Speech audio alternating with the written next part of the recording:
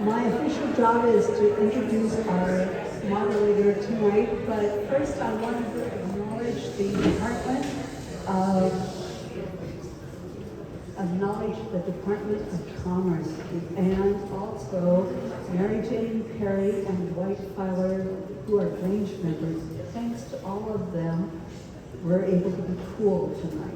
So another important thing is that because we're cool, the Grange is a cooling center, and spread the word. Our website will have the hours that we feel like the cooling center may be needed. And if you know of anybody that isn't managing to stay cool enough, please let them know and encourage them to check the hours on our website. And our moderator tonight is Peter Morgan. So take it away.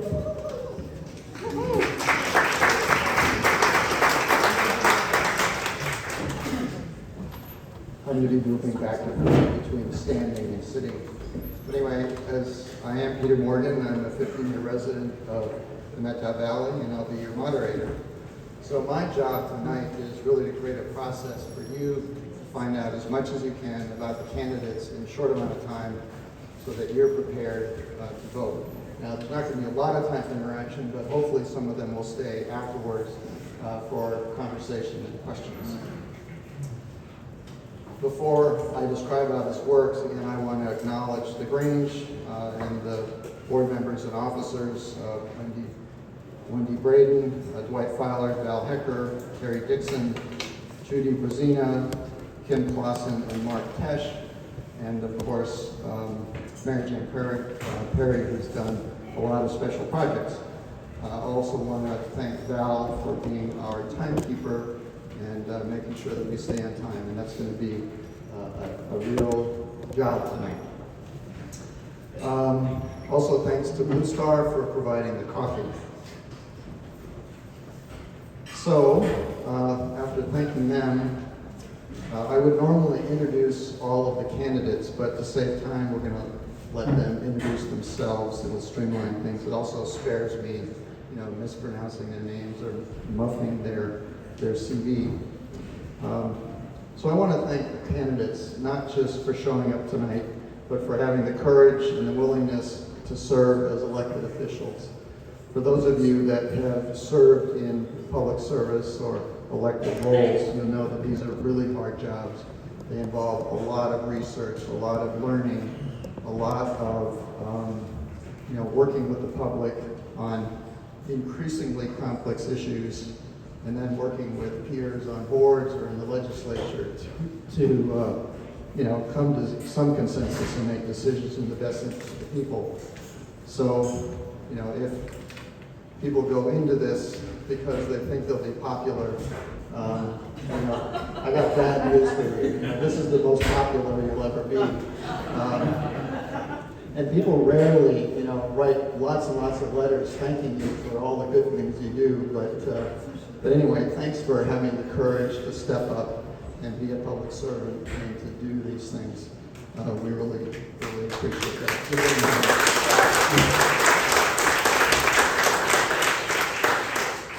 And third, I want to thank all of you for showing up. This is how you can get informed so you can vote appropriately in the election in a couple of weeks. A strong democracy depends on having a strong civic body and electoral process that's where people are well informed about how things work. So kudos to you. We wouldn't have democracy unless people show up and vote. Okay, so this is how the process is going to work. We have 3 different slates of candidates. The first 3 are for position 1 in the 7th Legislative District. The second will be 4 candidates for position 2 in the 7th District. And then third, we'll have 4 candidates for the PUD Commissioner. Is this too loud, by the way? No. That's all right. Okay. So for this forum, as for all of them, we'll be using the League of Women's Voters format. Remember, if you came here because this is your chance to tell the candidates what you think, this is the wrong forum. We're here to find out what they think and to listen to what their opinions are. So with that said,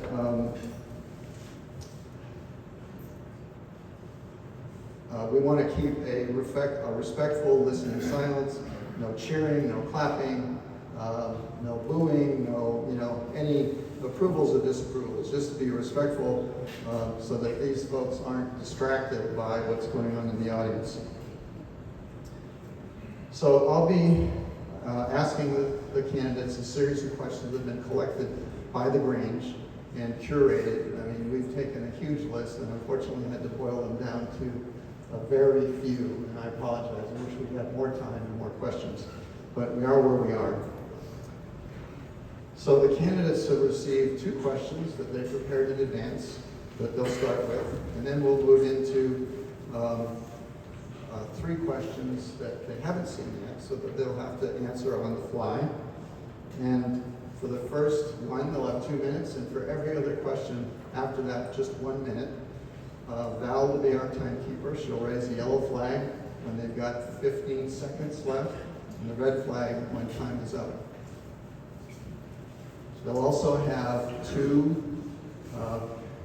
rebuttal opportunities. So they have a little paddle they can raise, and they'll note that there's a rebuttal, and they can answer in 30 seconds the person that they're rebutting. So there you go. You've got 1 minute for most of these things. You don't have to take it if you can answer your question in less than that. But there you go. So any questions from the group? Anything that I haven't covered that's not clear about the process? Sure, you can stand up. I just didn't know if that. What's the order? Yeah, they know the order. We've already said it. So we drew straws. Tegan's going to go first, and then we'll just move down the line from there. And then on the second question, Sue will go first. I mean, we'll go first, and Andrew will go the next time around. Okay? So Tegan, why don't you take it away with question number 1, which is to tell us about your background and what skills and experience you bring that will make you a good legislator. 2 minutes. Hello, I'm T. Testing. Let me know if you can't hear me. My name is Tegan Levine. I've been a resident of the 7th District for the last 33 years. About 22 years ago, I kind of got involved in politics because RMAPs was a big thing that there's a lot of pro and con, and a lot of people showed up at the Agriplex down in Okanagan to oppose or say, hey, we're all for it. And it was really a defining moment to me of how strong and how powerful the people are. And moving forward from there, I kind of took a break. I had a couple of beautiful kids, and they were born with disabilities. Neither one of them have arms, and both of them have malformed knees. So it took a little extra, and it really made me an advocate for them, and an advocate in everything else I did. Life changed, and I found myself going from a farm to a ranch to living in the town of Tenasket with my 2 boys. And as soon as I moved to Tenasket, I was asked, hey, would you please run for city council? We need a rural-minded individual that has that background to be a representative for the people in Tenasket. So I ran. And one of the biggest issues there was the police department, like you guys all found out over here. And also a flooding issue. Every time it rained, our roads would flood. And it was a state highway. And these businesses were dealing with major insurance claims every time it rained. And so I jumped in, got involved, and after 7 years of being on city council, we have been able to get to the state to fund that project and fix the road, and we break down ground next month. And that's a little bit of my background, why I'm running. Thank you. Thanks, Steve. All right, well, thank you so much for being here. Most of you already know me. I'm Sue Moody and former mayor for the last 13 years of the town of Twisp. You've known a few of the things that I've done, but I'll just give you a short list here. I've chaired and participated in multiple committees over the years locally, including the Watershed Council here in the Met House, started the Okanagan Council of Governments, also was on the Meadow Valley Long-Term Recovery Organization, Emergency Management, Economic Alliance, North Central Washington EDD, and statewide I've worked on the Association of Washington Cities Board of Directors for 9 years, last 5 being on the executive board, being president then in 2020.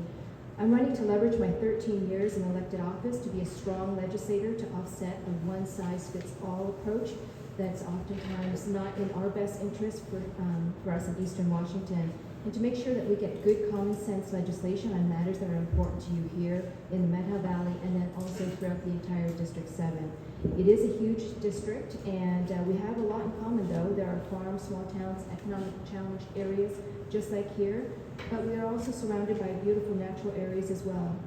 Most of you know I am a bridge builder, and I know that with 2 open seats, experience would be very important for us in matter if we want to be effective to get results for us in Olympia. I have the proven skills and experience to shape statewide legislation, as I've demonstrated on the Association of Washington Cities Board, know how to work with others to arrive at solutions to complex issues affecting our towns, cities, and county. I know the system, but more importantly, I have successfully worked within it to make changes to policy, such as Headwaters campaign, as you all know, engaging at all levels of government with legislators with both sides of the aisle to get it done. I know how to lead, bring people together to pass things. Okanagan Council of Governments is one of them, and also bringing a unique perspective from the local perspective, which will be helping us to be making that difference between good and bad legislation. So thank you for being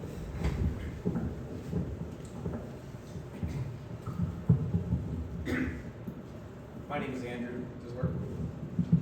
Testing. Does it work? I guess that helps. My name is Andrew Engel. I grew up in this district where I've worked as a construction worker, welding, farming, small business, and public service. Faith, family, and freedom embodies who I am and what I stand for. And in conversation, you will learn that I care as much about the freedom of others as I do the freedom for myself. I've held positions in 17 community organizations and been president of 6 of them. In these organizations, I've worked to keep them on mission, to ensure that the leadership is accurately reflecting the will of the people, and to get results. As a result of my experience and my reputation, Congresswoman Kathy McMorris Rogers hired me to help her represent rural Eastern Washington. And so for the past 7.5 years, I've been blessed to work for the people, thousands of people across 12 counties as her deputy district director. This is a large and rural district, and it accompanies 20% of the state and 2% of our people. I believe that having grown up in rural Stevens County and worked across a large congressional district, I'm well equipped to take this job on. A few of the many important issues I see and intend to work on are supporting law enforcement and enhancing public safety, pushing back against out-of-control taxes and regulations, ensuring parents' rights to direct their children's education, supporting our veterans, protecting the Second Amendment, making it easier to manage our forests, and addressing our severe lack of housing. My diverse experience working with people in a business setting as well as in community and public service has prepared me well to serve you. I have a track record of working well with others, finding common ground, and working through difficult situations. If you choose to send me to Olympia, I will make you, the people of this district, the center of my work. I will always prioritize the people over special interests. I will never be bought. I will maintain an open door policy. I will keep showing up for as long as I'm in office, and my commitment is to work for you full time and never let you down. Again, my name is Andrew Engel, and I ask for your vote. Thank you all, well done. So question 2 is a prepared one, and it says, the state Supreme Court has ruled Washington State capital gains tax is not in violation of the state's constitution, finding it to be an excise tax rather than an income tax. The legislation provides for a standard deduction of $250,000 for individuals. What is your position regarding the capital gains tax? All right, I guess I'm next, and I'm going to stand because everybody's standing. So, thank you for that question. My position is that I supported being on the ballot as an initiative of the people as it currently stands. And the reason is that as a public servant, what will always matter to me is clear and transparent legislation that serves a purpose, especially when it comes to new taxes. I believe that it's my job then to listen to the voices of the people in the district as a result of that.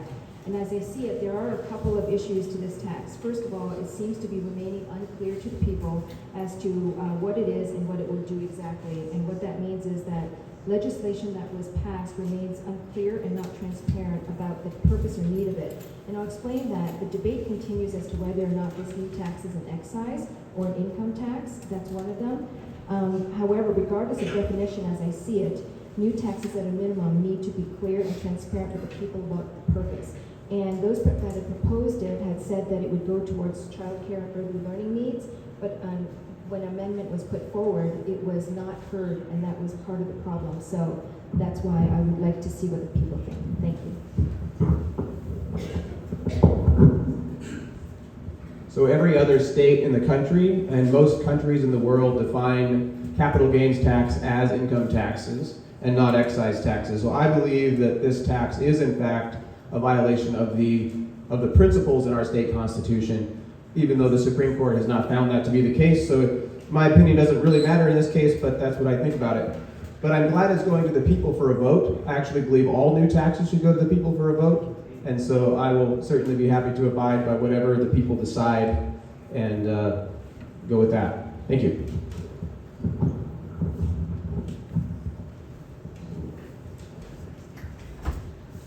So the reason that this is on your ballot is because Let's Go Washington got together and made it an initiative of the people. And a lot of people got involved to get signatures so that you all had a chance to vote on this. I oppose it. I think it's a backdoor to an income tax. And I really feel that it's going to push a lot of businesses out of this state and put the tax burden on the everyday person. So I would really, I'm appreciative of it going to the ballot, and I really hope to see that it passes on your general ballot. Thank you very much.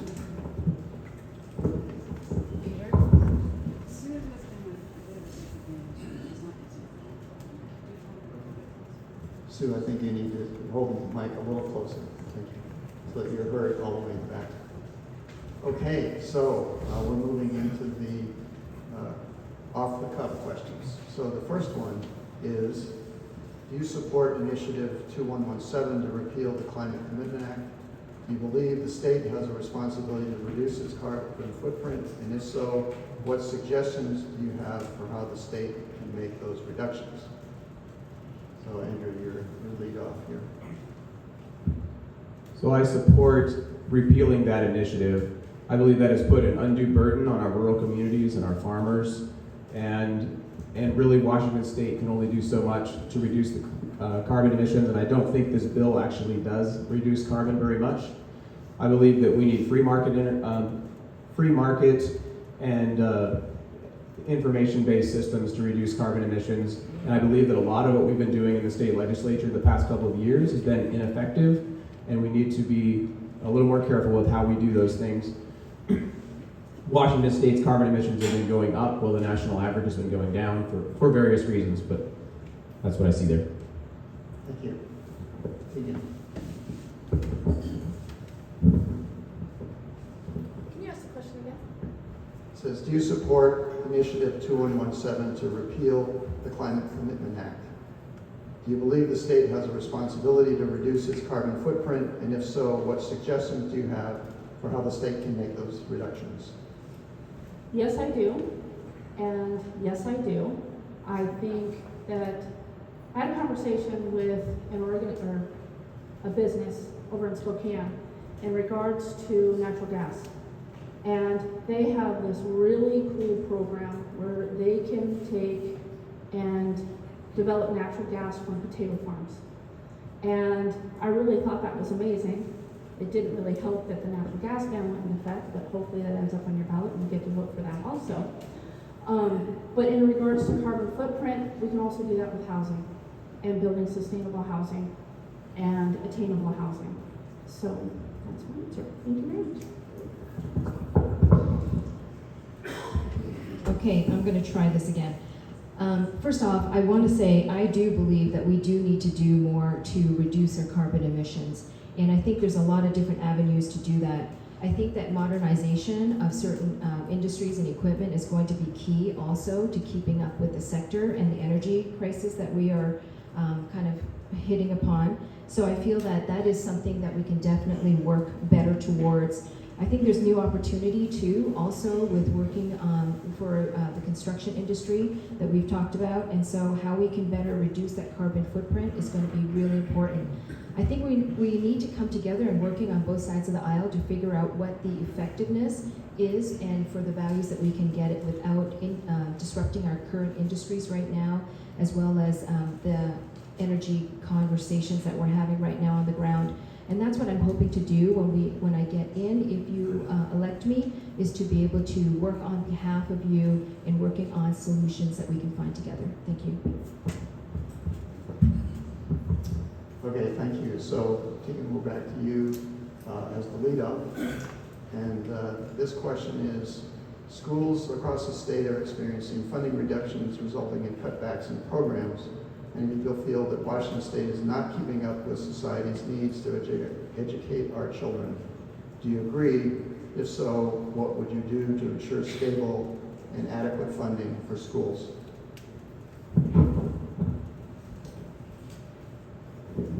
I do agree that we are not properly funding our schools. I also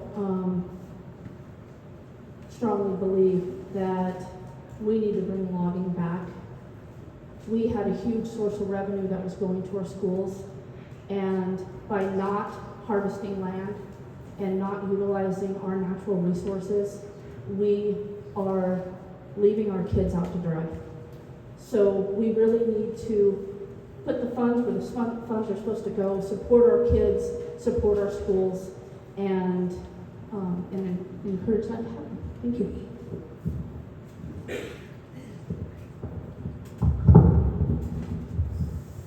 So in regards to funding education, I will say I just had a conversation this afternoon with the superintendent of Inchelium, and he was sharing with me some of their troubles up there in regards to how to better be funded. And special education is one of the things that this state really needs to fund much better. It is an issue. We are not funding it properly. The formula for funding it is broken. And so the current educational funding that goes towards the basic education does not cover special ed, and that is falling behind even more.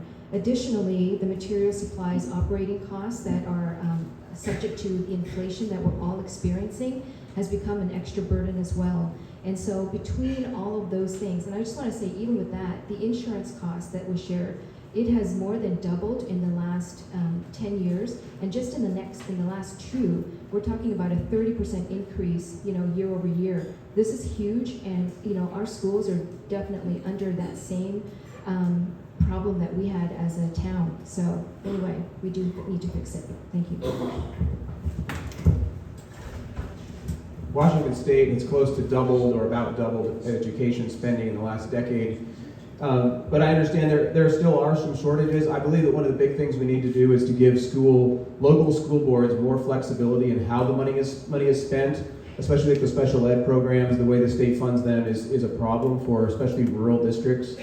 And so I believe more local control over how that money is spent would go a long ways, as well as the state better managing our state lands, which were originally put in trust largely to fund our schools. If we can go back to increasing the harvest to a sustainable level to increase the amount of funding coming off those lands, I believe that would also go a long ways. You guys are rocking it on the time. Good job. Okay, so Sue, you're up first on this one. Question is, several counties in the 7th district rank among the highest in the state in unemployment and uninsured, while lowest in median income and health outcomes. Are disparities like this within our state a concern that the legislature should address? If so, what ideas do you have? Well, I will say, I will say that working in local government for all these years, I understand that this is a challenge for all of us, and it's really about how we can better be supported to increase the revenue bases that we have here. And it's about supporting small businesses, local economies. What we also don't have are those wraparound services, amenities that some of the larger cities do have. And so that's part of the problem. It feeds into those wraparound services of housing, healthcare, all of the things that are also needed in these areas. So the disparity continues to grow when we also don't have the things that attract the workforce and enables our workforce to basically live here, to have young families return here and work here and contribute to the economy. So there's a whole life cycle that needs to be addressed, and obviously I think that's what I was talking about, having that local lens to know that there's also legislation that can come out of Olympia that can be harmful for our communities on the ground in rural areas too, and to make sure that we do what we can to also offset those regulations. Thank you.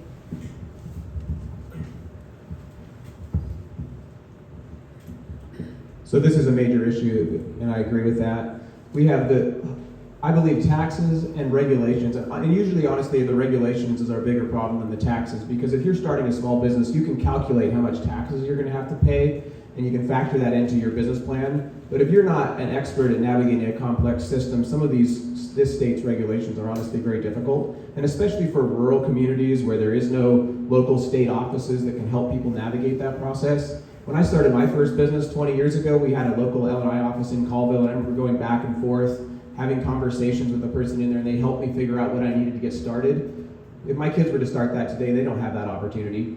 And so getting some of this complexity reduced, or exemptions for some of the small businesses, I believe will really help with with that. And also, our housing, a lot of our housing issues are coming from high regulations, and rural areas have a hard time getting their houses built as a result. And so all those things will help. Thank you.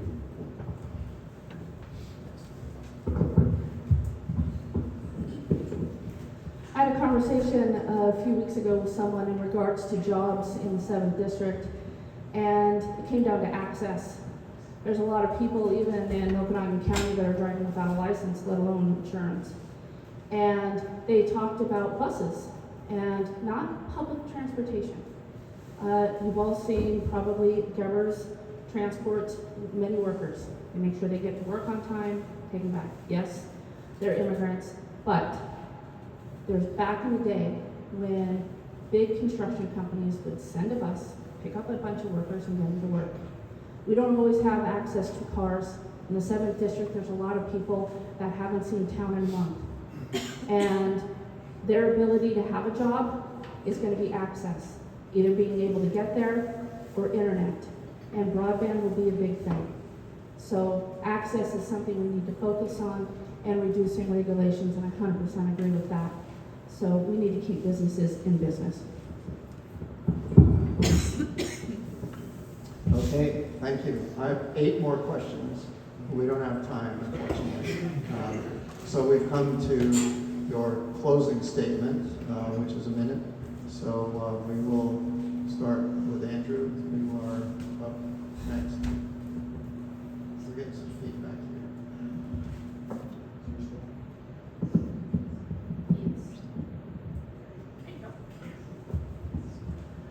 Thank you for the opportunity to come here tonight and talk with all of you.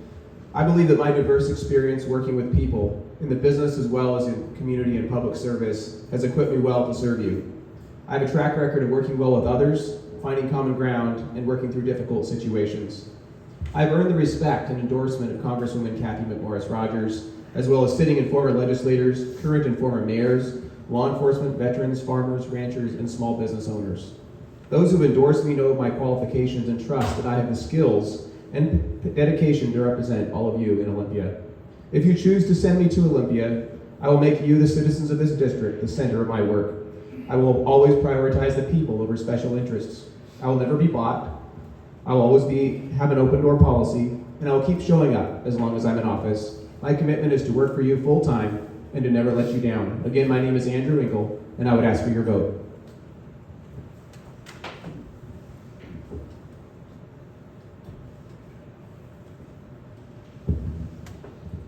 So again, my name is Tegan Levine. I would really appreciate your vote. I have been in the 7th District for 33 years. I've raised 2 beautiful kids. Something that you don't know, and I don't even believe it's on my website or anywhere else. I was a foster parent for 12 years.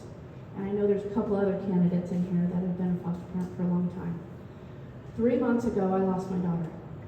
She was with me for a very long time, and we had an incredible bond. And she was one of the reasons why I'm running. She came from a horrible family that abused her, and she turned everything around, became a nurse, had 2 kids, was engaged, and was going to get married. And there's hope, and I want to be the hope for the 7th District. So please, vote for Tegan Levine and send me to Olympia. Thank you.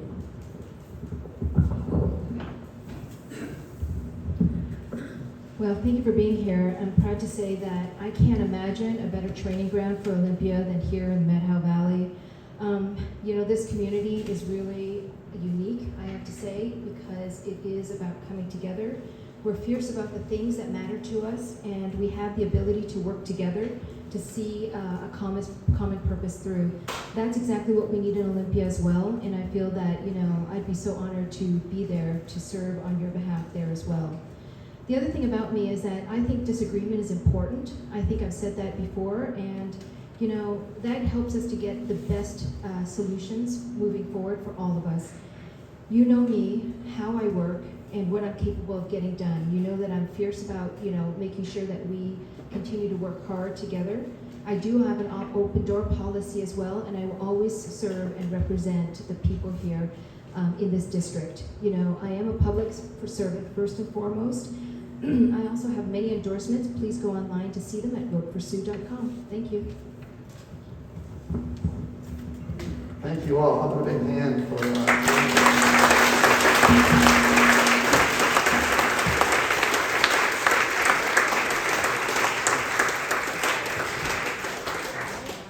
Okay, we're just going to switch out candidates, and you can